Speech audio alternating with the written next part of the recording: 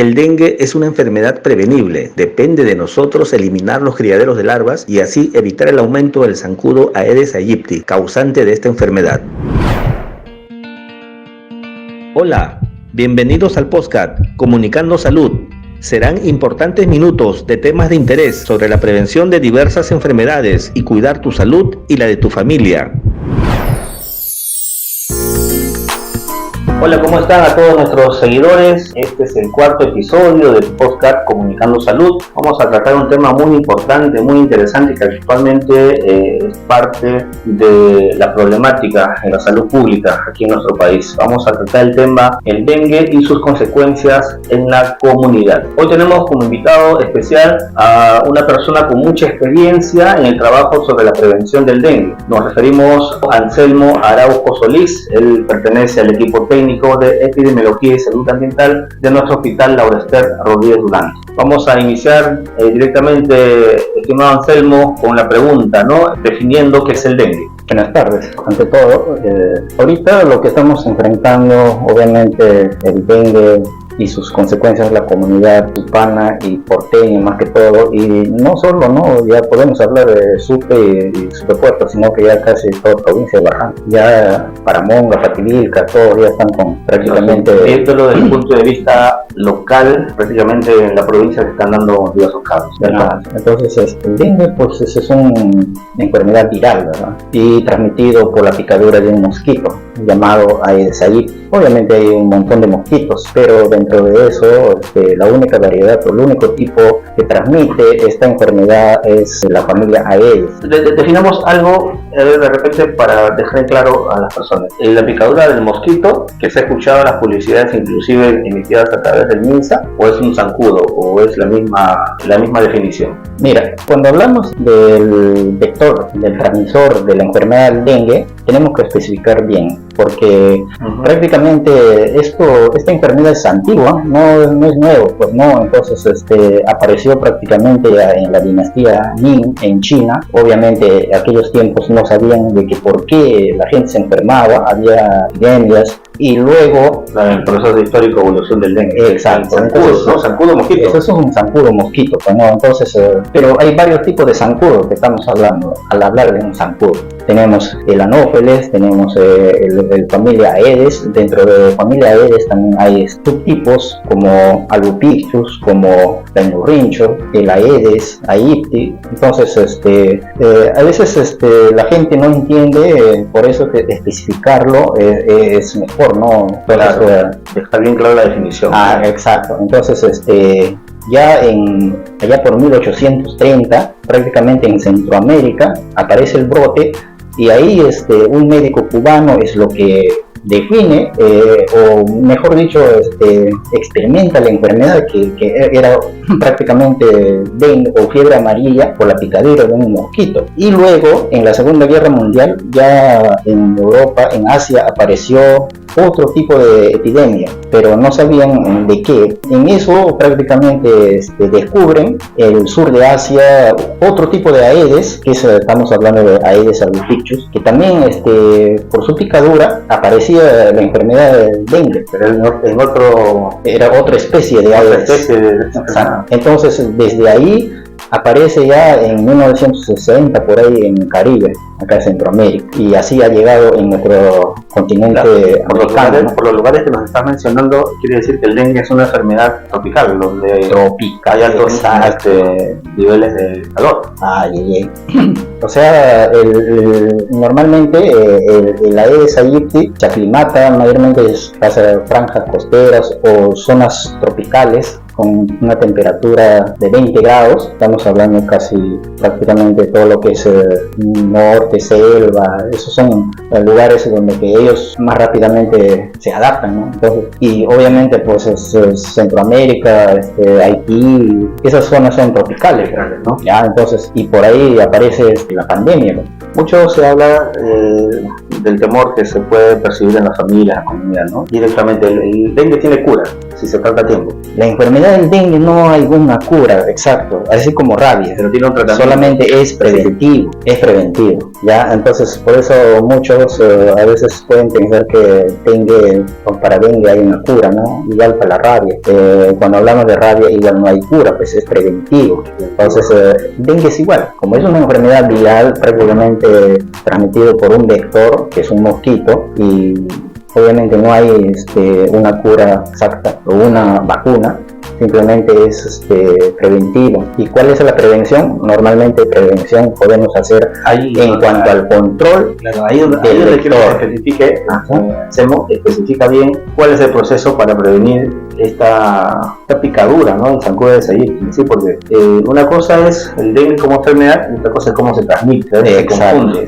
Así es. Entonces, la gente confunde. ¿Por qué? Porque cuando hacemos visitas domiciliares, por ejemplo, no dicen, acá hay larva, pero acá no hay dengue. Pero si yo tomo esa agua y no me pasa nada, pues no tengo dengue. Entonces, ahí como que la gente confunde con la presencia de larva con la enfermedad. Ahí se está confundiendo, que piensa que por consumir esa agua, pero no es así como no es así. Entonces, el vector puede estar ahí, pero mientras que el vector no se ha infectado el virus, obviamente no va a poder transmitir la enfermedad. El vector tiene que adquirir el virus para poder transmitir. Entonces, nosotros casi buen tiempo hemos tenido el vector, pero no había uno, ¿no? Dos hemos sido, tanto por la aparición y por las larvas. Entonces la presencia de larva, la presencia del vector hemos tenido desde 2013, prácticamente hizo su introducción a nuestro distrito. Entonces desde ahí hemos tenido, pero no había enfermedad aún que digamos que el zancudo pueda adquirir el virus. Hemos tenido casos 2018, 2017, pero importados, o sea, pacientes que han viajado al norte y han venido infectados de allá y han desarrollado la enfermedad aquí. Entonces, hasta el año pasado,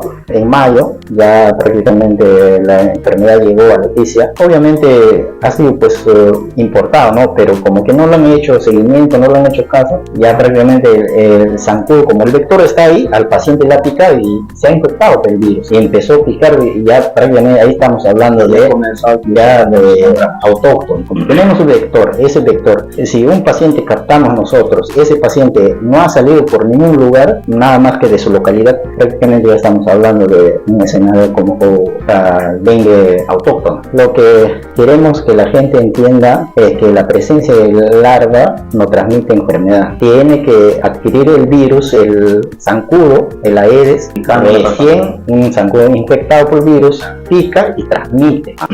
Y también lo que queremos enfocar, obviamente yo prácticamente también estoy planteando, tenemos que enfocar en el trabajo hacia las comunidades para poder minimizar a esta enfermedad. Tenemos que enfocarnos en la comunidad, porque de otra manera es difícil. O sea, el personal de salud de la municipalidad, que sé yo, puede hacer trabajos, fumigaciones, control larvario, todo, pero el vecino o la comunidad, el ciudadano, mientras que siga criando, mientras que le está dando la oportunidad a que este zancudo reproduzca, va a ser muy difícil. Precisamente lo que estás mencionando es importante, ¿no? Las autoridades están trabajando, el municipio, policía, todo, inclusive en la última reunión que han tenido el Comité Distrital de Salud, se están proponiendo actividades para realizar. Pero tiene que haber un compromiso de la comunidad, de la familia, ¿cierto? Exacto. Un compromiso en el cual ellos también tengan que hacer el trabajo que tengan que hacer dentro de su vivienda y organizados en su comunidad, aunados al trabajo que realizan ustedes como autoridad, puedan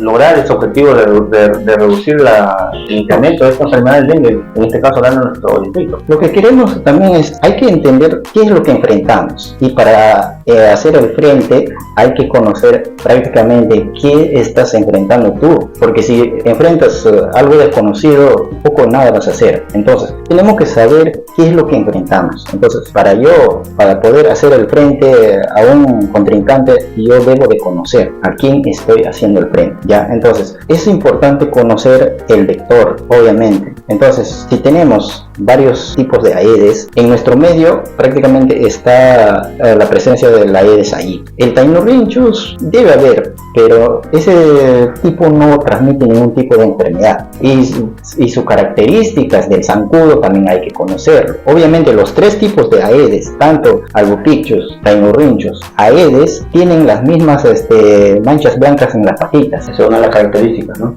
Eso es una de las características del Aedes. Ahora, la diferencia de los tres tipos está en la parte dorso. Obviamente el Aedes aegypti tiene forma de una lira, un dibujito como lira. Ese es tal cual, yo he podido ver, claro, ¿no? El trabajo que se realiza siempre está ahí la lira dibujada en esa es la diferencia más adecuada del Aedes aegypti para poder reconocerlo. Ahora, del Aedes albopictus tiene una raya por su dorso, un solo raya ya en su dorso, entonces, pero tiene patitas con manchas. Ahora, ¿cómo es que reproduce este vector? Es que tiene 4 fases. Estamos hablando de su reproducción. Tiene la fase huevo, la fase larva, el pupa y el adulto. Ya, entonces también en el agua se reproducen los 3 tipos de Aedes, inclusive el Aedes aegypti, el Aedes albopictus y también el Anopheles, es otro tipo de zancudo. El Anopheles es transmisor de malaria, también reproduce en el agua. Pero ¿cuál es la diferencia? Inclusive el Culex, el común y corriente que nosotros llamamos, ese también reproduce en el agua, pero la diferencia es que cada uno tiene sus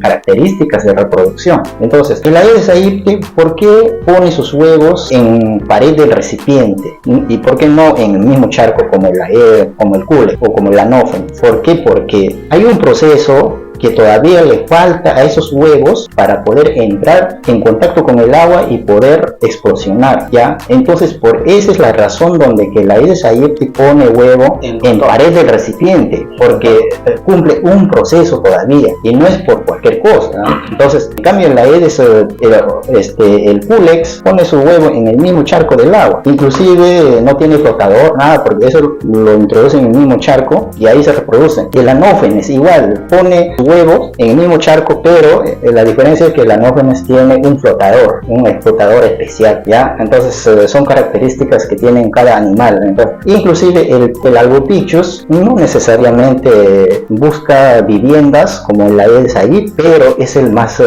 Aedes más agresivo, más letal, el Albopictus. O también ¿qué enfermedad causa este tipo de... Lo mismo, el dengue, zika, chikungunya, lo mismo, igual que el Aedes aegypti, igualito. Es lo que tenemos ahorita, en todo caso,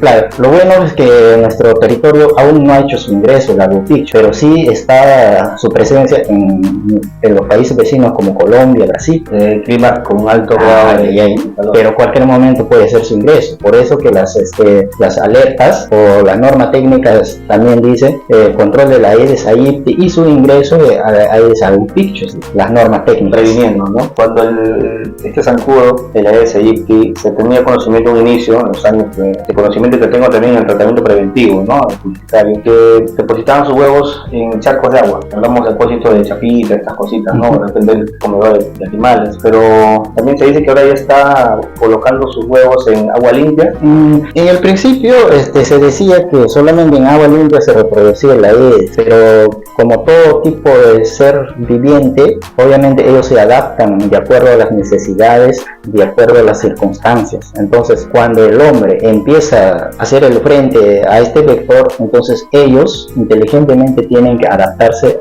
a otras circunstancias. Por ejemplo, no solamente reproducir en agua limpia, sino hasta en agua sucia se ha encontrado hoy en día, ¿no?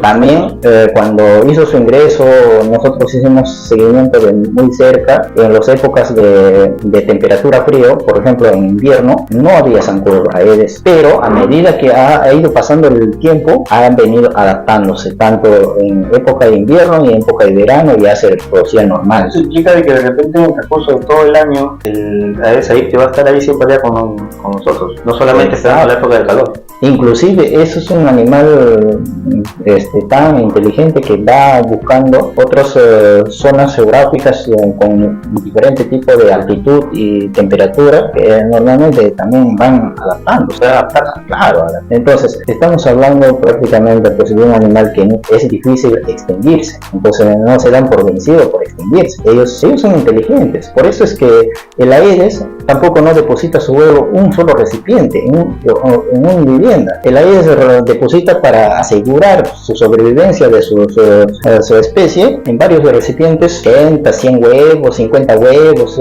así va depositando. Normalmente cuando un Aedes hembra adulta que ha completado su alimentación de sangre, que es 2 mililitros, entonces ese Aedes puede poner huevo hasta 200 huevecillos. El Aedes. Una pregunta crucial. Hablaste antes de la zancudo hembra y el zancudo macho. ¿Cuál es el dos que trajiste? ¿Cuál es el que pica? ¿Cuál es el de los que realmente hay que enfrentar? La diferencia es que la hembra, como pone huevo, necesita proteínas para el desarrollo de sus huevos. Entonces, ellas normalmente son las hematófagas. ¿En qué sentido? Porque se alimentan de sangre, ¿ya? Por eso se dice hematófaga. Entonces, el macho no necesariamente se alimenta de sangre, sino que ellos se alimentan de las sustancias que brindan las plantas, de la néctar de las plantas. Por eso ellos son, como que podríamos decir, vegetarianos, ¿no? Porque son de néctar de las plantas, ellos se alimentan, no necesariamente de sangre. Sangre necesita la hembra es la que pica, y la hembra es por eso que la hembra es la que transmite la enfermedad. Hay que tener mucho cuidado. Exacto. Entonces, el macho no se alimenta de sangre, pero obviamente. ¿Hay una diferencia entre el zancudo macho y el zancudo hembra? El zancudo macho, sus dos antenas son más plumosos que la hembra. Diferencia entre son un poco más flacos. El dorso de la hembra es más puntiagudo, y obviamente el macho tiene un poco de patitas un poco más largas también. Y esas son diferencias, ¿no? Entonces tienen casi 8 o 9 segmentos en su parte abdomen. Entonces esas son diferencias, sí, ¿no? Pero al final se trata de erradicar, ¿no? No vas a estar mirando si es macho o hembra para conocimiento. Claro, en 1919 a 50 erradicaron el Aedes aegypti en América, puede erradicar, pero en 1960 hace su ingreso, y luego en 1980 ya prácticamente entra con una pandemia tanto por Uruguay, Bolivia, Argentina y obviamente por parte de Centroamérica, y en 84 hace su ingreso a Perú por Iquitos, y hubo una pandemia, y en 2000 prácticamente en Lima. Estamos hablando de zonas prácticamente se está determinando así. Mira que el Ministerio de Salud está declarando en emergencia alerta roja a 20 regiones, ¿no? Más de 30 personas fallecidas. Es por eso que debemos de tener en cuenta directamente, entrando ya al tema de lo que es la propia enfermedad, ¿no? Saber los síntomas. Pero eso también un poco hay que reflexionar en cuanto a eso, donde que creo que hasta donde que sé, por ejemplo, región Lima, creo que no está la región Lima también está dentro de lo que se ha declarado la estado de emergencia. Entonces el presupuesto obviamente tiene que haber, ¿no? Para hacer el frente del doctor. Entonces, lo que estamos hablando prácticamente de las características es importante conocerlo, ¿no? Porque si no conoces, no puedes hacer frente, pues. Claro. Entonces, la diferencia es eso, pues, ¿no? El Aedes aegypti, como hemos hablado ya, esas son sus características que normalmente son intradomiciliarias. Ellos obviamente por dos aspectos fundamentales buscan a reproducirse en viviendas. Uno, porque en vivienda hay recipientes adecuados, y el otro es que en una vivienda siempre tiene que vivir personas para alimentarse. Exacto. Entonces, su rango de vuelo es obviamente casi 200 metros, ¿no? Pero se sabe que... Una cuadra, un poco más. Sí, porque se sabe que cuando el Aedes no encuentra un lugar adecuado para poder depositar su huevo, inclusive puede volar mucho más, ¿ya? Entonces, también su tiempo de vivencia en el ambiente, estamos hablando casi de 3 semanas de vida tiene ustedes. En un laboratorio inclusive 90 días o más puede estar. Interesante, ¿eh? ¿Ya? Entonces, un Aedes, por ejemplo, una vez que ya pasa el huevecillo, ese huevecillo, por lo que la Aedes pone en el recipiente, en la parte pared del recipiente, es por otros procesos que necesitan aún esos huevecillos para poder llegar a fertilizarse. Entonces, es por eso que ellos ponen en pared del recipiente, no en un charco de agua. Entonces, luego se explosiona, dentro de 2 días o 3 días se convierte en larva. Y ese proceso larvario también tiene un tiempo casi de 7 días, y luego entra en pupa. y de la etapa de pupa prácticamente en 2 días o 3 días se convierte en Aedes adulto. Lo que estamos hablando, por ejemplo, eso es lo que llaman la etapa de emergencia, donde que el Aedes se convierte en zancudo adulto, obviamente sufre un metamorfosis, entonces se pega en la pared de recipientes donde que ya se ha convertido en adulto, espera a que se llega a fertilizar bien sus aletas, todo su cuerpo, todo. En esos menos de 24 horas, prácticamente el zancudo hembra puede entrar en un apareamiento. En ese proceso. ¿Ya? ¿Cómo es que el zancudo macho capta a la hembra? Es por batir de sus alitas. Ahí tienen un sonido especial donde que los machos captan por el batido de las aletas de las zancudos hembras. Es la zancuda hembra la que hace el llamado. Exacto. Entonces es igualito como un murciélago, por ejemplo, la sangre de un caballo, un vaca a distancias muy lejanas capta por su radar. Entonces igualito ellos captan por su batir de sus alas, los machos, y entran pues en apareamiento, ¿no? Entonces ya una vez que el zancudo entra ya a aparearse, prácticamente ya necesita alimentarse de sangre. Ya comienza el proceso de riesgo. Y una vez que se infecta, el zancudo queda infectado para toda su vida.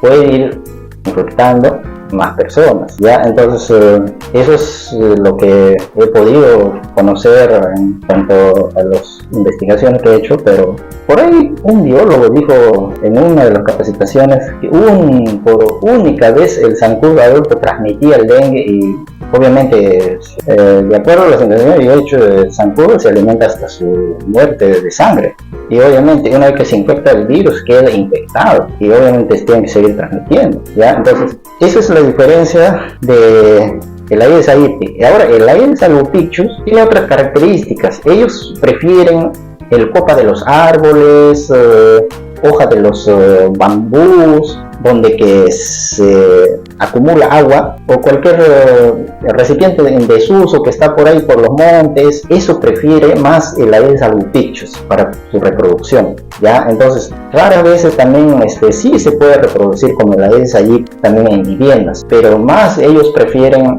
así copa de árboles donde que se acumula agua, el Aedes albopictus. Felizmente no tenemos consecuencias de circunstancias graves con este tipo de zancudo más que con el Aedes aegypti, ¿no? Sí, y por eso, como te digo, el Aedes albopictus es más letal y por eso lo llaman el tigre asiático. Ese es su nombre de momento pausado de tragos. Y ahí aparece, obviamente, por eso lo llaman tigre asiático. Bien, Anselmo, hablemos del tema de las características en los síntomas, de sintomatología de esta enfermedad. Claro. ¿Cuáles son? Para conocer normalmente síntomas con dengue pues es fiebre, ¿no? ¿Cómo comienza? Fiebre. Obviamente el virus tiene que hacer un tiempito para poder desarrollarse en el cuerpo. Entonces, por eso es que se hace en epidemiología el seguimiento durante las primeras 2 semanas donde estuvo el paciente. Obviamente en esos 14 días, en 7 8 días tiene que desarrollar el virus y manifestarse con fiebre mayor de 39 o 38, dolor de cabeza, náuseas, vómitos, dolor abdominal. Son síntomas característicos. Exacto, ¿no? Dolor de malestar, dolor de todo el cuerpo. En algunos casos sale salpudilla, así como rash, erupciones de la piel. Exacto. Entonces, esos son, y dolor ocular. El punto sería que la población no espere, dada la circunstancia que estamos, tener todavía una consecuencia grave para recién asistir a un establecimiento de salud. Claro, ¿no? Ya si sientes fiebre, dolor de cabeza, ya puede ser unos síntomas, por ahí unas náuseas, o inmediatamente sentarse. Claro, lo importante es que tiene que acercarse al establecimiento de salud, porque tampoco no se puede automedicarse, porque dengue es dinámico. Dengue en minutos o en horas puede hacer su cambio de dengue sin signos de alarma a dengue con signos de alarma, o dengue grave también quizás, ¿no? Entonces, por eso es que con dengue hay que tener cuidado, ¿no? Porque la gente a veces no entiende, bueno, ya me dio dengue, pero ya tuve dolor de cabeza, todo eso, y ya me sané, pues. Obviamente que sí, Puede pero volver estamos hablando de varios serotipos, ¿ah? Estamos hablando de 4 serotipos y más uno que apareció en Madre de Dios, donde murieron más de 13 personas. Ese es un serotipo más, el más peligroso, que lo llaman como cosmopolita. Ya entonces, ahora creo que es serotipo 5, ya entonces estamos hablando de varios serotipos. Si te da un serotipo, obviamente el dengue que te ha dado un serotipo queda en tu organismo como anticuerpo, alojado para toda tu vida. Si el mismo serotipo te vuelve a dar, el mismo, como se llama, te va a dar, porque ya tienes el anticuerpo. Pero si el siguiente serotipo te va a dar, más lo que tienes alojado en tu cuerpo, más lo que el virus que te ha ingresado, se activan. Entonces, obviamente, puede transformarse en dengue grave, dengue hemorrágica. Claro. Y eso es más fatal, ¿no? Se indica que los casos graves pueden ser mortales. El dengue ahorita no tiene un tratamiento, ningún tratamiento específico, solamente se trata con medicamentos que alivian el dolor. Solamente el único medicamento que los médicos prescriben es paracetamol, no pastura, inclusive Por eso es importante que no se automedique, que sí, dejar claro a la comunidad. Inclusive el metamisol que usan por fiebre no se puede utilizar porque ni aspirinas, AINES, ningún tipo de medicamentos, porque eso lo puede generar inclusive bajar la presión o alteración otros de dengue simple a dengue grave, ¿no? Entonces, por eso es que no se puede automedicar. Obviamente se requiere bastante hidratación, ¿no? ¿Cuál es el periodo que puede durar esta enfermedad en una persona? Mira, la etapa febril, desde que aparece ya sus manifestaciones, dura 3-4 días. De luego desaparece el fiebre. Y en esa etapa de febril es lo que el zancudo adquiere el virus para poder contagiar a otro. Y luego del cuarto día hasta séptimo día pasa al periodo donde que la enfermedad ya empieza a hacer más sus efectos. Y luego ya en octavo día entra en fase de recuperación, fase crítica. Estamos hablando de cuarto día a séptimo día. Entonces, en fase crítica es lo que más tiene que tener cuidado con el paciente, ¿no? Entonces, ahí es lo que tiene que tener su rehidratación, su balance hídrico, tiene que estar controlando sus plaquetas, su hematocrito, todo eso, ¿no? Si empieza a bajar sus plaquetas, hay que preocuparse. Ya es una cuestión de criterio médico, ¿no? Claro. Eso tenemos que tener. Prácticamente estamos desarrollando una enfermedad completa casi. No te pierdas la segunda parte de este episodio relacionado a la enfermedad del dengue. Los invitamos a que nos acompañen en la segunda parte. Gracias por la atención y ayúdanos a compartir y síguenos en nuestras diferentes redes sociales, como es el Facebook, el Twitter y el YouTube. Hospital Laura Esther Rodríguez Dulanto. Amamos lo que hacemos por una salud humanizada.